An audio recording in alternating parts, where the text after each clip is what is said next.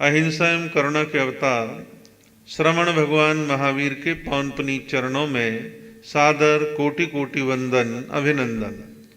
ध्यान योगी युग प्रधानाचार्य पूज्य श्री शिव मुनि जी महाराज साहब, संघ गौरव उप प्रवर्तक परम सेवा भावी पूज्य गुरुदेव श्री प्रेम सुख जी महाराज के पावन पुनीत चरणों में सादर कोटि कोटि वंदन अभिनंदन।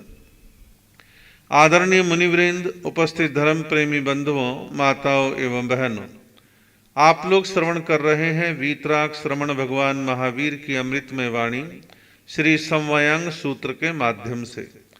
समवयंग सूत्र में एक विषय चल रहा है 5 महाव्रत की 25 भावनाएं, कि जो साधु साध्वियों के जीवन के 5 महाव्रत हैं उनको पुष्ट करने के लिए, उनको सदैव स्मरण रखने के लिए ये 5 महाव्रत की 25 भावनाओं का होना आवश्यक है। कोई ये विचार करे कि मैं 5 महाव्रत धारी तो हूं, लेकिन 25 भावनाओं को क्या लेना देना मेरे को, तो वो अधूरा काम कर रहा है, अपूर्ण काम कर रहा है। 5 महाव्रतों को पूर्ण रूपेण पालने के लिए इन 25 भावनाओं का होना भी आवश्यक है। 5 महाव्रतों में से आपने 3 महाव्रतों की भावनाओं को सुना है, बाकी के 2 महाव्रतों की भावनाओं को आपको और सुनना है। चौथा महाव्रत है ब्रह्मचर्य। तो कहा है कि ब्रह्मचर्य व्रत की 5 भावनाएं कही गई है कि ब्रह्मचर्य व्रत को पालना है तो इन भावनाओं को साधक ध्यान में रखे, इनको जीवन में स्थान प्रदान करे और इन छोटी छोटी बातों को जीवन में पालन करने का ध्यान रखे। पहला कहा है स्त्री पशु नपुंसक संसक्त शयन आसन का त्याग कर दे। साधु ऐसे स्थान पर ना रुके जहां स्त्रियों का निवास हो, पशुओं का निवास हो या नपुंसकों का निवास हो। स्वाभाविक सी बात है कि साधु वहां रुका हुआ है। स्त्रियां अपनी क्रियाएं करेंगी ही करेंगी, पशु हैं वो भी अपनी क्रियाएं करेंगे, नपुंसक भी अपनी हरकतें व्यवहार करेंगे।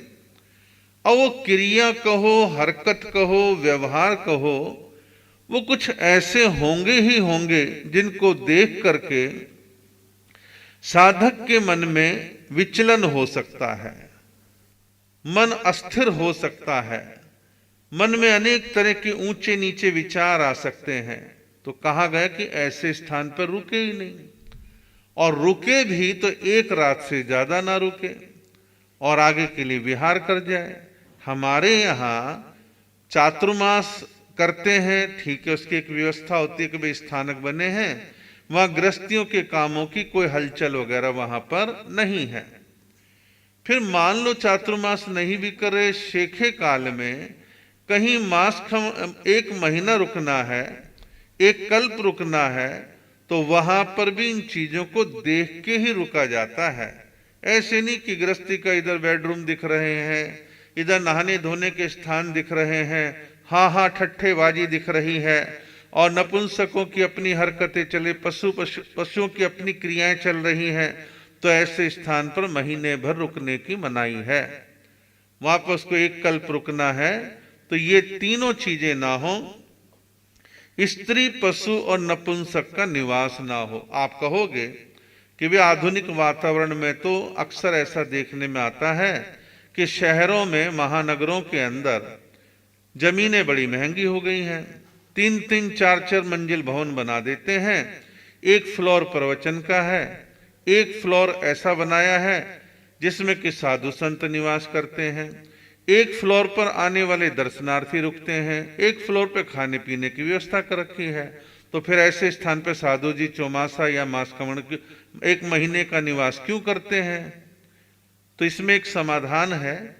जिस पोर्शन में वो रह रहे हैं उस पोर्शन में सूर्य अस्त के बाद आमतौर पर महिलाओं का प्रवेश नहीं होता।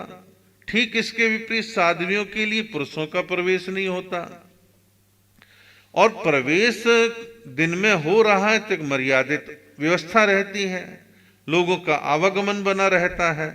तो कुल मिलाकर के यहाँ जो मोटी सी बात समझने वाली है कि आमतौर पर जहां स्त्री, नपुंसक और पशु आदि का निवास हो तो वहां पर साधु को नहीं रुकना, और ठीक इसके विपरीत साध्वियों के लिए भी यही व्यवस्था मानी गई है। फिर दूसरी भावना बतलाई गई है स्त्री कथा विवर्जन। स्त्री कथा विवर्जन यानी स्त्री कथा का त्याग नहीं करनी। अब आपको इसका क्या मतलब है कि वे कोई कथानक, कहानी, किस्सा सुना रहे, चरित्र सुना रहे हैं तो स्त्री पात्रों की चर्चा आएगी, लेकिन वो पात्र जो हैं या तो वो धार्मिक हैं या प्रतीकात्मक हैं या समझाने के लिए हैं। लेकिन एक होता है साधु के द्वारा एक रस लेकर के श्रृंगार रस का पुट देते हुए स्त्री कथा करना, या साध्वी के लिए पुरुषवी कथा करना। तो इस प्रकार स्त्री कथा का विवर्जन, ये दूसरी भावना बतलाई है। तीसरा कहा है स्त्री अंगोपांगों का निहारना, कि स्त्री के अंगोपांगों को ना निहारे। तो देखिए, एक होता है सहज रूप से कोई चीज दिखी है, दृष्टिपात हुआ है, निगाह पड़ गई, अलग बात है। एक होता है विकार भाव से लगातार गिद्ध दृष्टि से देखना, लगातार ताक करके देखना, एकटक देखना, वो हरकत उचित नहीं है, उससे बचना चाहिए। तो स्त्री के अंगोपांगों को निहारना, और साध्वियों के लिए ठीक इसके विपरीत पुरुषों को निहारना, इसका निषेध किया गया है। चौथी भावना कहिए पूर्व क्रीड़ा स्मरण वर्जन, कि मान लो दीक्षा लेने से पहले किसी की शादी हुई, शादी नहीं भी हुई तो वो ब्रह्मचर्य व्रत का पालन नहीं कर पाया किन्हीं कारणों से। तो यदि उसने पूर्व में कोई क्रीड़ा ऐसी की है, कोई भोग भोगे हैं, तो उनका मन में बार बार स्मरण ना करे, उनको याद ना करे, ख्याल मन में न लाए, उनको साइड कर दे, कुछ दूसरी तरफ न मन लगाए, जाप कर ले, ध्यान कर ले, स्वाध्याय कर ले, अध्ययन कर ले, लेकिन वो ऐसी चीजों का स्मरण ना करे। पांचवा ब्रह्मचर्य व्रत की पांचवी भावना बतलाई है प्रणीत आहार विवर्जन। प्रणीत आहार के दो अभिप्राय हैं यहां पर। एक तो ठोक के नहीं खाना, और दूसरा जो है बहुत अधिक तला भुना, घी, चिकना, मक्खन, मलाई, गरिष्ठ पदार्थों का पर्याप्त मात्रा में प्रयोग ना करे। तो ये 5 महाव्रत की 25 भावनाओं में चौथे व्रत की 5 भावनाएं हैं। 5वें व्रत की 5 भावनाएं आगे बताते हैं। अपरिग्रह महाव्रत की 5 भावनाएं, कि अपरिग्रह व्रत को पालना है। अपरिग्रह कहते हैं अपनी आवश्यकताओं को सीमित कर लेना, इच्छाओं का पहाड़ इकट्ठा नहीं करना, लालसा कामना मन में नहीं रखनी, और अपरिग्रह में यानी कि कम से कम साधनों में और बड़े सादगी के साथ अपने जीवन को व्यतीत करना, ये भावना अपरिग्रह में आती है। तो अपरिग्रह को निभाने के लिए यहाँ कुछ बातें बतलाई गई हैं, और सीधी सीधी सी बात है कि जीवन में परिग्रह क्यों होता है। यहां बतलाया है 5 भावना, परिग्रह क्यों होता है। परिग्रह का मेन कारण है हमारी इंद्रियों की इच्छाओं की तृप्ति और उसके साधन। ये परिग्रह इकट्ठा करने को व्यक्ति को मजबूर करते हैं कि फला चीज भी ले लूं, ये भी ले लूं, वो भी ले लूं, ऐसा मन में रहता है। अब देखिए, यहां जो अपरिग्रह महाव्रत की 5 भावनाएं बतलाई हैं, उनमें कहा है श्रोतेंद्रिय रागो प्रति, चक्षु इंद्रिय रागो प्रति, घ्राणेन्द्रिय रागो प्रति, जिह्वेन्द्रिय रागो प्रति, और स्पर्शेंद्रिय रागो प्रति। रागो प्रति कहते राग से उपरत, उपरत यानी हट जाना, दूर हट जाना, उससे अपना लगाव नहीं रखना। किससे? राग से, आसक्ति से, मोह से, वो अपने मन में नहीं रखना। तो कहा श्रोतेंद्रिय रागो प्रति, सुनने के साधनों के प्रति राग भाव नहीं रखना। कोई बात कान में सहज रूप से पड़ गई, लेकिन कान को सक्रिय करके कोई चीज सुनने की लालसा पैदा करना, तो वो जो है राग भाव पैदा करता है। तो रागो प्रति यानी कि सुनने का जो राग है उसको छोड़ देना, उसमें आसक्त नहीं होना। जो सहज रूप से सुनने में आ गया, नहीं तो विशेष कुछ नहीं। फिर कहा चक्षु इंद्रिय रागो प्रति, कि आंखों से जो देखा जाता है और कोई चीज आंखों में देखने में आई तो उसे राग भाव नहीं रखना। सुंदर फूल देख लिया, सुंदर भवन देख लिया, सुंदर बच्चे देख लिए, सुंदर स्त्री देख ली, सुंदर कुछ और पदार्थ देख लिया, तो सुंदर चीजों को देख करके मन में राग भाव को नहीं लाना। रागो प्रति देख लिया, लेकिन मेरे मन में कोई राग आसक्ति भाव नहीं है। तीसरा कहा है घ्राणेन्द्रिय रागो प्रति। घ्राण कहते हैं सूंघने को, कि किसी सुगंधित पदार्थ को बार बार सूंघने का जो राग भाव है उसे छोड़ देना, उससे हट जाना, उसको महत्व तो नहीं देना। ठीक है, गुलाब की क्यारी के पास से जा रहे थे, खुशबू आ गई तो आ गई, लेकिन रुक करके सूंघने का भाव या रोज जाने का भाव ऐसा मन में ना पाले। मोतिया के फूल खिले हुए हैं, चमेली के फूल खिले हुए हैं, रात की रानी महक रही है तो महक रही है, खुशबू आ गई तो आ गई, लेकिन राग पालना की बार बार सूंघूं, बहुत इसके निकट में अपना आसन लगाऊं और मैं तो रोज यहां पर सूंघने के लिए आऊंगा, ये राग भाव मन में नहीं लाना। चौथा का जिवेंद्रिय रागो प्रति। जिवेंद्रिय यानी जीव, चखना, स्वाद चखना, रस का लेना, ये जिह्वा का विषय है। ठीक है, इंसान को खाना होता है जीने के लिए, शरीर चलाने के लिए, खाओ, बुराई नहीं है, लेकिन खाने वाले पदार्थों के प्रति इतनी आसक्ति ना पाले कि वे बार बार जिह्वा इंद्रिय के विषयों में आसक्त बना रहे, मोहित बना रहे, राग पैदा हो। तो कहा गया कि खाने पीने जिह्वेंद्रिय में रागो प्रति, राग से दूर हट जाना, उपरत हो जाना। पांचवा का स्पर्शेंद्रिय रागो प्रति। स्पर्श का जो विषय हमारे शरीर की चमड़ी से जुड़ा हुआ है, पूरी चमड़ी में संवेदना भरी हुई है। कोई भी अच्छा बुरा स्पर्श हमारे शरीर को मिलता है, फौरन मालूम पड़ जाता है। रात को सो रहे हैं, शरीर के किसी हिस्से पर मच्छर आके बैठा तो फौरन हमारा हाथ उधर जाता है, हम उसको हिलाते डुलाते हैं कि यहाँ से जाए और मेरे को तंग ना करे। तो स्पर्श का विषय बड़ा व्यापक है, और स्पर्श में यदि किसी चीज का राग हो जाता है तो उस स्पर्श को राग भाव में आकर के व्यक्ति कर्म का बंध बांधता है। तो यदि कोई ऐसा स्पर्श का विषय है तो उसमें राग भाव नहीं लाना, उससे उपरत रहना, दूर रहना, आसक्ति नहीं पालना। तो ये 5 कारण बतलाए हैं। अपरिग्रह महाव्रत के 5 भावनाएं हैं। ऐसे 5 महाव्रत की 25 भावनाएं कही गई हैं, जिन्हें आपने कल और आज 2 दिनों में आपने सुना है।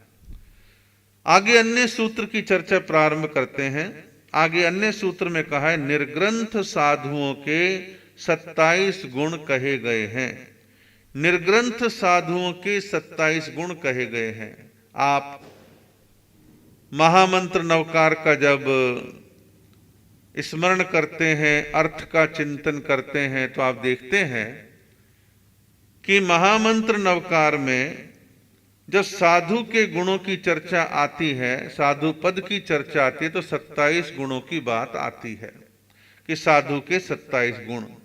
ये वही 27 गुण हैं जिनकी चर्चा आपके सामने की जाएगी। पहले कहा गया कि साधु के 5 जो है मूल गुण हैं। साधु के 5 मूल गुण बतलाए हैं। प्राणतिपात विरमण, मृषावाद विरमण, अदत्ता दान विरमण, मैथुन विरमण, परिग्रह विरमण। विरमण कहते हैं अलग हो जाना, छोड़ देना, त्याग देना। प्राणतिपात विरमण कि मैं साधु हूं, जिंदगी भर के लिए मेरा नियम है कि मैं किसी भी प्राणी को मारूंगा नहीं, किसी प्राणी की हिंसा ना करूंगा, न करवाऊंगा, न करने वाले की अनुमोदना करूंगा, मन वचन काया से। ये साधु का त्याग रहता है कि साधु हिंसा का पूरी तरह से त्याग कर देता है कि मैं जीवों की हिंसा नहीं करूंगा। अज्ञानता में, जल्दबाजी में, प्रमाद में हिंसा हो सकती है, उसके लिए प्रतिक्रमण का विधान है, लेकिन जानबूझ करके हिंसा नहीं करनी, ये साधु जीवन का पहला गुण, पहली विशेषता है। दूसरा का मृष्यावाद विरमण, कि साधु झूठ का त्याग जिंदगी भर के लिए कर देता है। मैं झूठ बोलूंगा नहीं, झूठ बुलवाऊंगा नहीं, और झूठ बोलने वाले की अनुमोदना समर्थन नहीं करूंगा। तो ऐसे जो है झूठ का त्याग साधु जीवन में पूरी तरह से होता है, इसको विरमण कहते हैं, छोड़ना कहते हैं। तीसरा कहा अदत्ता दान विरमण, कि साधु तीसरे महाव्रत में प्रतिज्ञा करता है कि मैं चोरी करूंगा नहीं, करवाऊंगा नहीं, करने वाले की अनुमोदना करूंगा नहीं। जिंदगी भर के लिए मेरा त्याग है कि मैं चोरी नहीं करूंगा, मैं चोरी का त्याग करता हूं। तो ये अदत्ता दान विरमण कहलाता है। चौथा महाव्रत या चौथा गुण बतलाया साधु जीवन का मैथुन विरमण। मैथुन कहते हैं अब्रह्मचर्य, कि विषय वासना के अंतर्गत कोई भोग भोगना ही मैथुन है। तो मैथुन का त्याग करता है साधु जब दीक्षा लेता है कि मैं जिंदगी भर के लिए मैथुन का सेवन ना करूंगा, ना करवाऊंगा, ना करने वाले की अनुमोदना करूंगा। और पांचवा कहा है परिग्रह विरमण, कि परिग्रह का वो त्याग कर देता है। परिग्रह की परिभाषा सिंपल सी है कि अपने पास चीजों को, पदार्थों को इकट्ठा करने की हाय हाय छोड़ दे, लिमिटेड चीजों में, कम से कम चीजों में अपना गुजर बसर करने की आदत बना ले, मर्यादित और बहुत अति आवश्यक वस्तुओं को स्वीकार करे, केवल होड़ा होड़ी, देखा देखी, कंपटीशन में या अनावश्यक तृष्णा पाल करके चीजों को इकट्ठा करना। तो चीजों का संग्रह करना, इकट्ठा करना ही अच्छी प्रवृत्ति नहीं है। तो इसलिए जो है अपरिग्रह विरमण का मतलब साधु चीजों को इकट्ठा करने का, परिग्रह का, संग्रह का, पदार्थों का संग्रह करने का त्याग कर देता है। इन मूल गुणों के बाद कहा उत्तर गुण। उत्तर गुण में कहा है श्रोतेंद्रिय निग्रह। श्रोतेंद्रिय निग्रह का मतलब है कि कानों के द्वारा सुनी हुई चीजों की वजह से राग द्वेष पैदा होता हो, आसक्ति पैदा होती हो, तो उसका त्याग कर दे। अब कान से सुनने का क्या है, दुनिया भर की बातें कान में आएंगी, सांसारिक बातों का त्याग कर दे। जिन बातों को सुन के कान से राग पैदा होता है या द्वेष पैदा होता है, उनका त्याग कर दे, उन पर ध्यान ना दे, आसक्ति ना पाले। तो श्रोतेंद्रिय निग्रह, निग्रह कहते हैं रोकना, त्यागना और उस चीज को वर्जित कर देना, निग्रह। फिर का चक्षु इंद्रिय निग्रह, कि आंख का काम देखना है, और आंखों का साधु जीवन ही क्या सबके जीवन में बड़ा भारी महत्व है। आंख बंद तो अंधेरा ही अंधेरा है और कुछ नहीं है। ये रंगीन दुनिया, लोगों और पदार्थों को देखने की क्षमता नष्ट हो जाती है। तो चक्षु इंद्रिय का अभिप्राय यह है, चक्षु इंद्रिय निग्रह का, कि आंखों से हम देखें सहज भाव से, कोई बुराई नहीं। किसी चीज को देखने से आपके मन में राग द्वेष आता हो, घृणा और द्वेष पैदा होता हो, तो ऐसे में हम अपनी आंख को नियंत्रण में रखें, काबू में रखें, निग्रह करें कि कहीं कुछ ऐसा पदार्थ या चीज या कोई बात दिखती है, वहां से निगाह फिरा ले, निगाह को लौटा ले, कि बार बार देखने की कोई आवश्यकता नहीं है। तीसरा का घ्राणेन्द्रिय निग्रह है। अभी मैं बतला रहा था घ्राण का ही विषय, कि भाई कहीं कोई सूंघने की बात है और कोई चीज ऐसी सूंघने में आ रही है जिससे हमारा राग पैदा हो रहा है, तो अपने घ्राणेन्द्रिय का निग्रह करके नहीं, उधर अपने को ध्यान नहीं देना, बार बार सूंघना नहीं, सूंघने की लालसा को पालना नहीं। नौवां का जिह्वेन्द्रिय निग्रह, कि जीव का निग्रह। जीव का निग्रह का अभिप्राय है स्वाद का निग्रह, कि ठीक है स्वाद तो आएंगे, कोई चीज नमकीन अच्छी लग रही है, मीठा अच्छा लग रहा है, कड़वा तीखा वगैरह वगैरह बहुत सारी चीजें हैं। तो ऐसा नहीं है कि आप अपने जीव के गुलाम हो जाओ और जीव के गुलाम बनकर के रात दिन जो है खाना खाना खाना खाना करते रहें, ये उचित नहीं है। तो इसलिए जीव के ऊपर नियंत्रण रहे कि ठीक है, शरीर चलाने के लिए खाना है, जो मिल रहा है इसे मैं आराम से प्रसाद मान करके ग्रहण कर रहा हूं और मेरे मन में कोई ऐसी आसक्ति भाव नहीं है।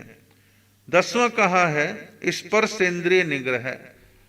जो अभी आप सुन रहे थे, स्पर्श का जो विषय है, ये व्यक्ति को कई बार भटका देता है कि फला चीज को छू के देखना है, फला स्त्री या फला पुरुष का स्पर्श करके देखना है। ये जो स्पर्श करने की चाहते कई लोगों के जूते पड़वा देती है, अपमान करवा देती है, बदनामी करवा देती है। और ऐसे मन चले लोग जो स्पर्श इंद्रिय का निग्रह नहीं करते, वो भीड़ भाड़ में, शादी ब्याह में, नाच गाने में और बसों में, मेट्रो में, ट्रेनों में इस स्पर्श की बदतमीजी करते हुए अक्सर देखे जाते हैं। और उनके कई बार अपमान भी होता है, कुछ लोग दादागिरी में चाकू भी निकाल लेते हैं।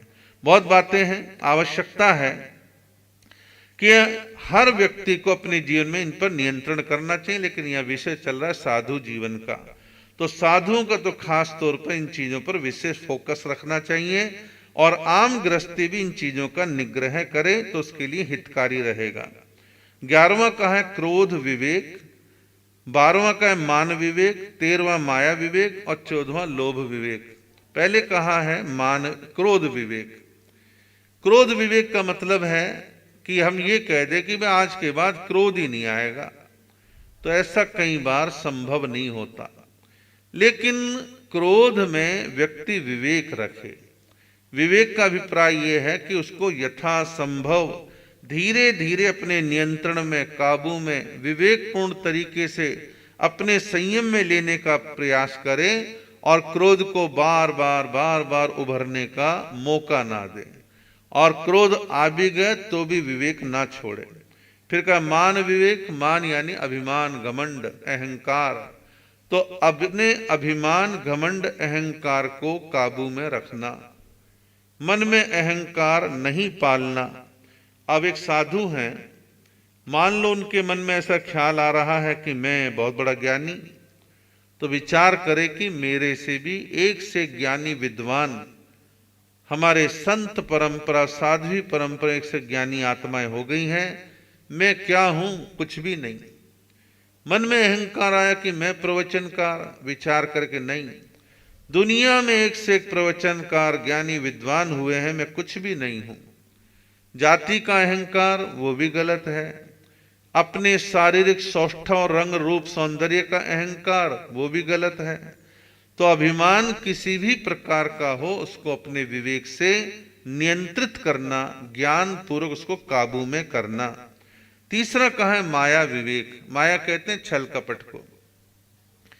साधु साध्वी अपने मन में निरंतर एक विचार करे कि तू ये माया किसके लिए कर रहा है, ये छल किसके लिए कर रहा है। छल में कोई दूसरा नहीं चला जाएगा, मैं स्वयं चला जा रहा हूं। और ऐसे छल कपट मायाचार को मैं अपने जीवन में नहीं रखूंगा। मैं जैसे अंदर हूं ऐसे बाहर, जैसे बाहर ऐसे अंदर। इस प्रकार अपने जीवन के अंदर कोई पर्दा ना डाले, माया ना करे, छल ना करे, कपट ना करे, इसका विवेक सबको रखना चाहिए। फिर कहा है लोभ विवेक। लोभ विवेक का मतलब कि साधु लोभी ना हो जाए। लोभ कई प्रकार के हो सकते हैं, खाने पीने के साधनों का लोभ, कपड़े का लोभ, अच्छे क्षेत्रों का लोभ, श्रावक श्राविकाओं का लोभ, वैरागी वैरागनों का लोभ, कई प्रकार के लोभ हैं। तो इन लोभों में आसक्त ना हो, फिसले नहीं, विचलित ना हो और मन में एक संतोष धारण करके चले, सहजता से चले।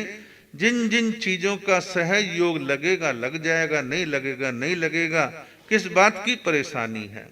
तो इस प्रकार कहा ये चारों कषाय, क्रोध, मान, माया, लोभ, इनमें विवेक रखना। फिर 15वां कहा है भाव सत्य। भाव सत्य का अभिप्राय है अंतर आत्मा की शुद्धि। भाव सत्य यानी अंतर आत्मा की शुद्धि।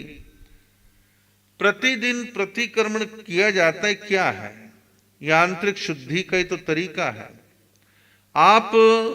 हम आलोचना पाठ पढ़ते हैं तो इसका भाव क्या है? आंतरिक शुद्धि। आलोचना, प्रतिक्रमण, ये सब जो है भाव शुद्धि के मार्ग हैं। और ये ध्यान रखना कि जीवन में भाव सत्य यानी अंतरात्मा की शुद्धि नहीं हुई तो सारे पुरुषार्थ फेल हैं। आपका अंतर निर्मल नहीं है, वहां कषाय फन उठाए खड़े हैं, राग द्वेष भरा पड़ा है, तो अंतर आत्मा की शुद्धि के बिना सब बेकार है। देखिए, अंतरात्मा की शुद्धि के लिए ज्ञान यानी स्वाध्याय, भगवान की वाणी को सुनना, ये अच्छे साधन है, इसमें कोई दो राय नहीं।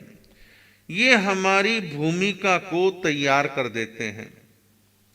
लेकिन अंतरात्मा की शुद्धि के लिए ध्यान का बड़ा महत्व है। जब हम ध्यान करते हैं तो अंतर के भाव निर्मल निर्मल निर्मल होते चलते हैं और आंतरिक शुद्धि निरंतर बढ़ती रहती है। बहुत सारे लोग आंतरिक शुद्धि को लेकर के कुतर्क करते हैं, विभिन्न प्रकार के मनों में विचार लाते हैं, लेकिन मैं ऐसा समझता हूं कि आंतरिक शुद्धि पर सबको ध्यान देना चाहिए, चाहे वो साधु हैं, चाहे वो गृहस्थी हैं, कोई भी क्यों ना हो। अंतर आत्मा की शुद्धि ही हमारा मुख्य लक्ष्य है। अंतर आत्मा की शुद्धि नहीं हुई तो निर्वाण की, मुक्ति की, मोक्ष की प्राप्ति भी संभव नहीं है। 16वां कहा है कर्ण सत्य। कर्ण सत्य का अभिप्राय है प्रतिलेखना में पूर्ण सावधानी रखना। प्रतिलेखना में पूर्ण सावधानी रखना। अब देखिए, एक साधक है, चलता है तो देख करके प्रतिलेखना करके चले, कोई जीव जंतु मेरे पांव के नीचे तो नहीं आ रहा, चींटियां हैं, मकोड़े हैं, वो तो स्वाभाविक रूप से बेचारे चलेंगे, लेकिन आपके पास आंख है, विवेक है, समझ है, तो आप प्रतिलेखना करके देखभाल करके चलें। आपके इर्द गिर्द जो भी साधन हैं, आसन, पाठ, पाठिया, किताबें, ग्रंथ वगैरह, उनकी यथाकाल प्रतिलेखना करता रहे तो सावधानी इसमें बरते। फिर आगे कहा कर्ण सत्य के बाद योग सत्य। योग सत्य का मतलब मन, वचन, काया तीनों योगों की शुद्धि व पवित्रता रखना योग सत्य है। मन आपका साफ हो, निर्मल हो, छल कपट राग द्वेष से भरा ना हो, ये मन की शुद्धि है। फिर का वचन, आपके वचन निर्मल हो, प्रिय हो, हितकारी हो, कल्याणकारी हो, भगवान की वाणी से ओतप्रोत हो, आपके वचनों में गंध ना हो, अश्लील शब्द ना हो, झूठ ना हो, ये वचन की शुद्धि है। काया की शुद्धि है अपने शरीर के अंगोपांगों पर नियंत्रण, अपने शरीर की ताकत को रचनात्मक कार्यों में लगाना, विध्वंस के कार्यों में लगाना, अन्याय करना, हिंसा करना, जुल्म करना, इस शरीर के द्वारा ऐसा ना करें। तो काय मन, वचन, काया तीनों योगों की शुद्धि व पवित्रता रखना, ये योग सत्य है। फिर आगे 18वां गुण साधु जीवन का बतलाए क्षमा। मन में भी क्रोध भाव न लाए, सबके प्रति क्षमा भाव रखे, प्राणी मात्र के प्रति क्षमा भाव रखे, 4 गति 84 लाख जीवा योनियों के प्रति क्षमा भाव रखे, किसी के प्रति घृणा और द्वेष भावना मन में नहीं लानी चाहिए। ये क्षमा का भाव साधु जीवन में हो, ये 18वां गुण है। 19वां का है विरागता। विरागता का मतलब किसी भी वस्तु में आसक्ति न रखना। विरागता और वीतरागता थोड़े से अंतर भेद के साथ हैं। वीतरागता शब्द सर्वश्रेष्ठ है। विरागता में हमारे मन में किसी वस्तु, व्यक्ति, स्थान के प्रति जो राग भाव आ जाता है उसको छोड़ना, ये विरागता है। साधु बन गए तो अपने मन में अपने परिवार के सदस्यों के प्रति राग भाव ना रखे। ठीक है, कोई समाचार कान में पड़ गया, आ गए, नहीं आए, लेकिन विरागता, उन परिवार वालों के प्रति मोह, आसक्ति, राग भाव ना रखे।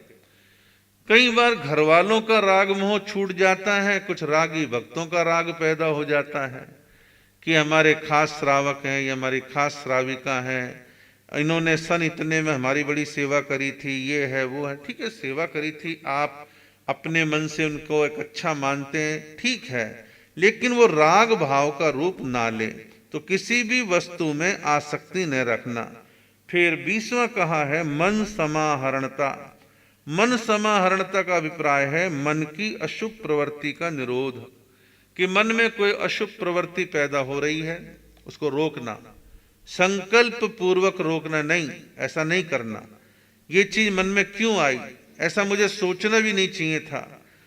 मिच्छामि दुक्कड़म दे, अपने आप को शुद्ध करे, उधर अपने मन को ना जाने दे, अशुभ प्रवृत्ति से अपने मन को हटा ले। वचन समाहरणता, वचन की अशुभ प्रवृत्ति का निरोध, कि अपने वचनों के द्वारा कोई अशुभ शब्द निकल गया या निकलने वाला है तो उसको रोके कि नहीं, ऐसा मुझे नहीं बोलना। बोल दिया गया है तो खेद व्यक्त करे कि नहीं, मुझे बोलना नहीं चाहिए था, गलती से निकल गया, आगे से भविष्य में ध्यान रखूंगा। फिर है काय समाहरणता, काया की अशुभ प्रवृत्ति का निरोध, कि अपनी काया के द्वारा जो जो अशुभ प्रवृत्ति है उसका निरोध करे और उसको रोकने की कोशिश करे। अब देखिए, एक चीज आपको बतलाऊं, 30-35 साल की उम्र आने के बाद और कई बार थोड़ा जल्दी भी, कई शुगर पेशेंट लोगों को एक आदत सी पड़ जाती है, कोई हमारा पंजा दबाए, पिंडलियां दबाए, पांव दबाए तो नींद आएगी, थोड़ा अच्छा लगता है। शुरू में तो किसी ने दबा दी और हमने दबवा लिए, फिर वो धीरे धीरे धीरे धीरे आदत पड़ जाती है। आदत पड़ने के बाद जब तक कोई दबाए नहीं तो नींद नहीं आती है, तो ये गलत प्रवृत्ति है। तो मन में विचार करे, नहीं, नींद आए या ना आए, पांव दबवाने की आदत नहीं पालनी। तो पांव ना दबवाने की आदत से व्यक्ति को नींद भी आएगी। तो इस प्रकार अपनी काया की जो जो ऐसी प्रवृत्ति है जो अशुभ की श्रेणी में है या एक राग की श्रेणी में है या आदत की श्रेणी में है, उसका हमें त्याग कर देना चाहिए। फिर आगे 23वां कहा है ज्ञान संपन्नता। ज्ञान संपन्नता साधु जीवन का विशेष गुण है कि साधु दीक्षा ले उससे पहले और उसके बाद हमेशा एक लक्ष्य रखे कि मैं साधु हूं, ज्ञान मेरे जीवन की शोभा है, ज्ञान के बिना मैं अपना स्वयं का ही मार्गदर्शन नहीं कर पाऊंगा, तो बिना ज्ञान के मैं औरों का मार्गदर्शन कैसे करूंगा। तो मुझे अपने और अन्य लोगों के मार्गदर्शन के लिए ज्ञान प्राप्त करना है। और वो ज्ञान क्या है? वीतराग भगवान की वाणी को जानना, समझना, अध्ययन, मनन, चिंतन करना और चीजों को भली प्रकार से जानना। तो साधु जीवन के निखार में ज्ञान संपन्नता की महत्ता है। फिर कहा है 24वां दर्शन संपन्नता, कि साधु अच्छे सम्यक दर्शन दृष्टिकोण से संपन्न हो। ये नहीं कि मिथ्या दृष्टि में जा रहा है, इधर उधर भटक रहा है, आस्था विचलित हो रही है। अपने देव गुरु धर्म के प्रति निष्ठावान रहे और अरिहंत परमात्मा के प्रति निष्ठा की भावना रहे। पंच महाव्रत पालने वालों के प्रति जो है गुरु भाव मन में रहे और वीतरागता का धर्म आपका धर्म इन चीजों पर रहे। इधर उधर आलतू फालतू देवी देवताओं में मिथ्यात्व में भटकने की कोई आवश्यकता नहीं है। 25वां कहा है चारित्र संपन्नता, कि चारित्र यानी कि जो हमारा मुख्य आचरण है उसका खास तौर पर ध्यान रखना कि चारित्र का पालन अच्छे से हो। 26वां कहा है वेदनाति सहनता। वेदनाति सहनता का मतलब है साधु जीवन ग्रहण करने के पश्चात किसी भी प्रकार की वेदना आए, सर्दी की आए, गर्मी की आए, शरीर में दर्द है, पीड़ा है, कष्ट है, तकलीफ है, तो ये तो एहसास होगा कि यहां तकलीफ है, वहां तक कोई नुकसान नहीं है। लेकिन तकलीफ को लेकर के हाय हाय करना, आर्त ध्यान ध्याना, जो आए उसी के सामने अपनी तकलीफ को गाना शुरू कर देना। मन में एक विचार करे कि जो बन पाएगा निर्दोष रूप से मैं उपचार तो करवाऊंगा, लेकिन मैं मन में गलत ख्याल, हाय हाय का ख्याल मन में नहीं लाऊंगा और मैं हमेशा एक ही चिंतन करूंगा कि मेरे असाता वेदनीय कर्म का उदय है, मेरे कष्ट का उदय है, ये मुझे स्वीकार करना होगा। कल कोई सज्जन व्यक्ति कहीं से कह रहे थे कि महाराज मैं अपनी तकलीफ को लेकर के थोड़ा सा विचलित रहता था, परेशान सा रहता था, लेकिन जब मैंने प्रवचन में आपके द्वारा ये सुना कि अपने असाता वेदनीय कर्म का उदय किसी दूसरे का दोष नहीं, तो मेरे मन को बड़ा शांति और समाधान मिला। और अब मैं बस यही चिंतन करता हूं कि जो बन पाएगा इलाज तो करवाऊंगा, पुरुषार्थ तो करूंगा, लेकिन फिर भी कोई कष्ट है तो उसे बर्दाश्त करूंगा कि मेरे अपने कर्म हैं और असाता वेदनीय कर्म का मेरा उदय है। अंतिम 27वां गुण साधु जीवन का बतलाया है मारणांतिक सहनता। मरण के समय परिशह व उपसर्गों को सहना, कष्ट देने वालों को कल्याण मित्र समझना।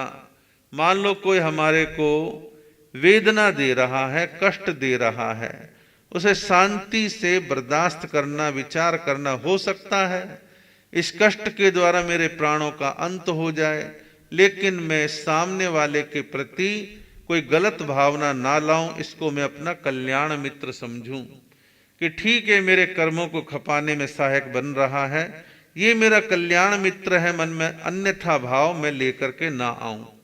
और मान लो साधु जीवन के दौरान कोई शारीरिक परेशानी इतनी बढ़ गई कि ऐसा लग रहा है कि मरण हो जाएगा, मृत्यु हो जाएगी, तकलीफ ज्यादा है, तो मन में एक विचार करे कि मैं साधु हूं, जितना मेरा आयुष्कर्म है उतना मैं भोगूंगा, काय के लिए हाय हाय करना है, जीऊंगा तो साधना कर लूंगा, मरण हो जाएगा तो अगली गति में जाऊंगा, फिर जैसी जैसी कर्मों की मेरी स्थिति है वैसा होगा, लेकिन इसके लिए मैं हाय तौबा मन में नहीं पालूं। जो लोग ऐसा अपने मन को तैयार कर लेते हैं, वो साधु हों या गृहस्थी हों, बड़े शांत भाव से ऐसे क्षणों में अपने आप को समभाव में रखने में समर्थ हो जाते हैं। तो इस प्रकार साधु जीवन के 27 गुण आपको बतलाए गए हैं, आपने सुने हैं, इन पर आप भी मनन चिंतन करें और अपने जीवन को दिशा देने का आप प्रयास करें।